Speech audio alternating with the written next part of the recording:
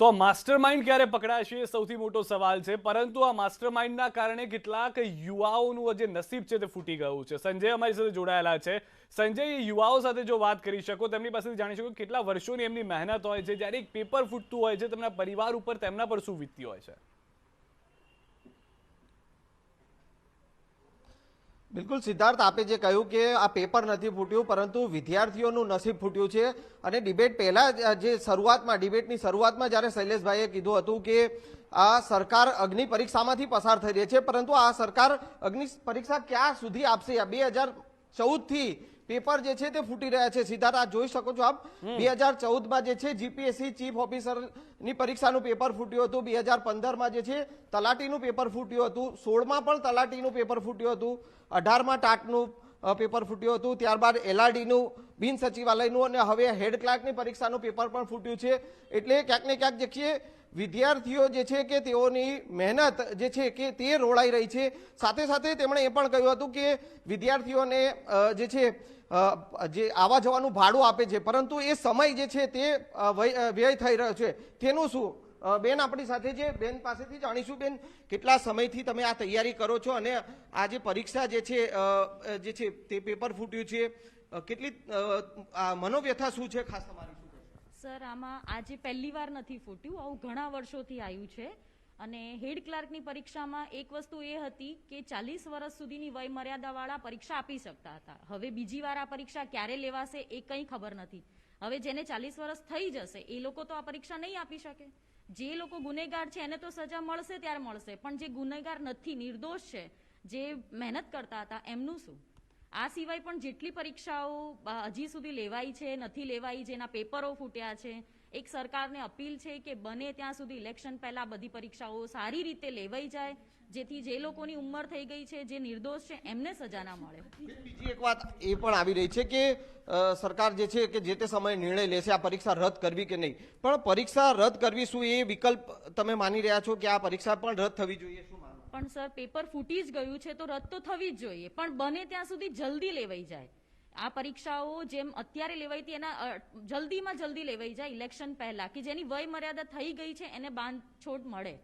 જે લોકો નિર્દોષ છે, સંજય, વાત એ જ છે કે જે ઉંમર જેની થઈ ગઈ છે તેઓ માટે શું છે, અને તેને લઈને શૈલેષભાઈ પાસેથી જવાબ લેવો હતો. શૈલેષભાઈ, વિદ્યાર્થીનું દુઃખ પણ આપે સાંભળ્યું કે કદાચ અત્યારના 40 વર્ષની મર્યાદા છે, હવે જ્યારે બદલાઈ જશે ત્યારે શું થશે? શૈલેષભાઈ ની સરકાર ભલે અગ્નિ પરીક્ષામાંથી પાસ થતી હોય, પરંતુ આ જે વિદ્યાર્થીઓ છે તેઓ તો આવી અનેક પરીક્ષાઓ આપી ચૂક્યા છે, તેઓનું શું? શૈલેષભાઈ, આ સરકાર રોજગારી આપવામાં સમગ્ર ભારતમાં તમામ રાજ્યોની કમ્પેરિઝનમાં અવ્વલ નંબરે છે, એ આપણે જાણીએ છીએ. રોજગારી કદાચ એ વિદ્યા સહાયકના માધ્યમથી હોય, વિદ્યુત સહાયકના માધ્યમથી હોય, ટેટ ટાટ કે તલાટી મંત્રી હોય કે ગ્રામ સેવક હોય, એમાં સિદ્ધાર્થજી અત્યારે યુવાનો નોકરી કરી રહ્યા છે. જો 27 વર્ષ પહેલા કોંગ્રેસમાં ભરતી થઈ હોત તો એ અત્યારે ઉંમર લાયક હોય, પણ યુવાનો નોકરી કરી રહ્યા છે. એનો સીધો સાદો મતલબ એ થાય કે એ ભારતીય જનતા પાર્ટીની સરકાર આવ્યા પછી એ ભરતી થઈ છે.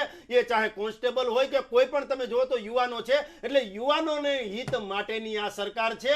એટલે યુવાનોને અને વિદ્યાર્થીઓને કઈ રીતે રોજગારી મળે એ દિશામાં ચાલવા વાળી આ સરકાર છે. રોજગારી ચાહે સરકારી હોય, રોજગારી ચાહે પ્રાઇવેટ હોય, રોજગારી ચાહે સીધી હોય કે આડકતરી રીતે હોય, પછી પ્રગતિબેન જે કહી રહ્યા છે વાત ખોટી છે. દિશામાં ચાલે છે. ક્યાં તો શૈલેષભાઈ સાચા છે, ક્યાં તો પ્રગતિબેન સાચા છે. સિદ્ધાર્થભાઈ ટેટ ટાટની એક્ઝામની વાત કરે છે. મેં યુવાનોનું દર્દ સાંભળ્યું છે. એ લોકોના 35 વર્ષની વય મર્યાદા છે, પૂરી થઈ જાય છે.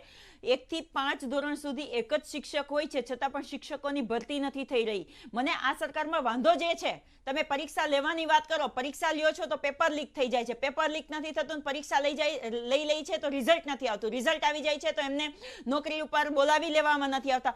ક્યાં સુધી ભાઈ તમે આ કરતા રહેશો? કેમ ના સિદ્ધાર્થભાઈ, કેમ યુપીએસસી, જીપીએસસી, રેલવે, પોસ્ટ એ બધા પેપર લીક નથી થતા? કેમ ગુજરાત ગૌણ સેવા પસંદગી મંડળના અને એમને આશિષભાઈ વોરાના નેતૃત્વમાં 4 પેપર લીક થાય છે, છતાં પણ સરકારની એવી એના માટેની કઈ સંવેદના છે કે જે જનતા માટેની સંવેદનશીલ સરકાર નથી, પણ આશિષભાઈ વોરા માટે સંવેદનશીલ છે. હું આમાં આશિષભાઈ વોરા કરતા પણ જિમ્મેદાર સૌથી વધારે હું સરકારને માનું છું. સરકારના નેતૃત્વમાં જ અધ્યક્ષની નિમણૂક કરવામાં આવે છે અને એ અધ્યક્ષ જ્યારે ભૂલ કરે છે ત્યારે સરકાર કેમ કોઈ તાત્કાલિક પગલા નથી લેતી?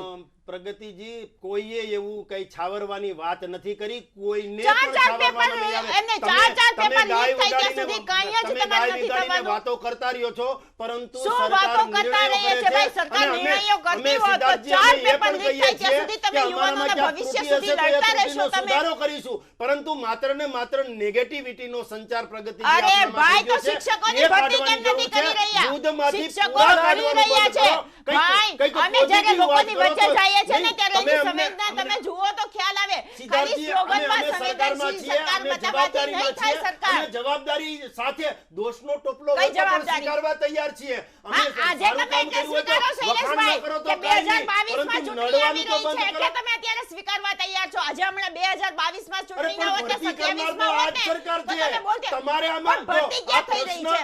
બિન સચિવાલયનું પેપર ક્યારે લેશો? અને ગૌણ સેવા પસંદગી શૈલેષભાઈ, મંડળ બિન અને સરકારનો છે. સચિવાલયનું પેપર આમાં ક્યારે કોંગ્રેસે લેશો? ક્યાંય ડોકો આ કાઢવાની જરૂર પેપરને તમે નથી. રદ આમાં કરશો. કોંગ્રેસનો ક્યાંય રદ રોલ કરશો આવવો જ તો ન જોઈએ. તારીખ આપો. કોંગ્રેસ કઈ તારીખે પ્રગતિજી, રદ જો કરીને કોંગ્રેસ કઈ આવે તારીખે તો લેશો? રાજનીતિની ક્યાંક બૂ આવતી એવું લાગે. મેં યુવરાજસિંહને પણ વાત કરેલી છે જે તે વખતે કે ક્યાંય તમે વિદ્યાર્થી નેતા રહ્યો તમારે તો એ મને બરાબર છે, સમજાતું પણ નથી, આમ આદમી શૈલેષભાઈ, પાર્ટીના નેતા કે તરીકે વાત કરો 27 તો વર્ષથી રાજકીય બૂ ગુજરાતમાં આવતી તમે હોય છે. છો. પ્રગતિજી, 7 વર્ષથી કેન્દ્રમાં તમે બેઠા છો અને હજી અને આક્ષેપો કદાચ કોંગ્રેસ ઉપર. કદાચ કદાચ ક્યાં શૈલેષભાઈ સુધી? આમાં એવું થશે કે જે વિદ્યાર્થીઓ સાંભળતા હશે ને એ પણ વિચારતા હશે કે શું અમારી ભૂલ એ થઈ ગઈ કે અમે 27 વર્ષથી એ શાસનમાં છીએ કે જેની એક પરીક્ષા લીધા બાદ પેપર ફૂટી જતું હોય છે, અને એ જ મુદ્દા પર પણ મારે આગળ આપની પાસેથી જવાબ જોવો છે કે આ માસ્ટર માઇન્ડ ક્યારે પકડાશે. જો જયેશ પટેલને જે આપણે નથી પકડી શક્યા, ખુદ રેન્જ આઈજી જ્યારે કહેતા હોય કે હજી જયેશ પટેલની ઉપર પણ કોઈ મોટું માથું છે, તો એને ક્યારે પકડવામાં આવશે? હું નથી કહેતો કે આજે ને આજે પકડો, પરંતુ તમે કહો તો ખરી કે ક્યાં છે, કોણ છે, ને ક્યારે તેને પકડવા માટેના પ્રયાસ કરવામાં આવશે. હાલ એક બ્રેક માટે રોકાઈ રહ્યા છે. શૈલેષભાઈ પાસેથી બ્રેક બાદ તેનો જવાબ મેળવીશું.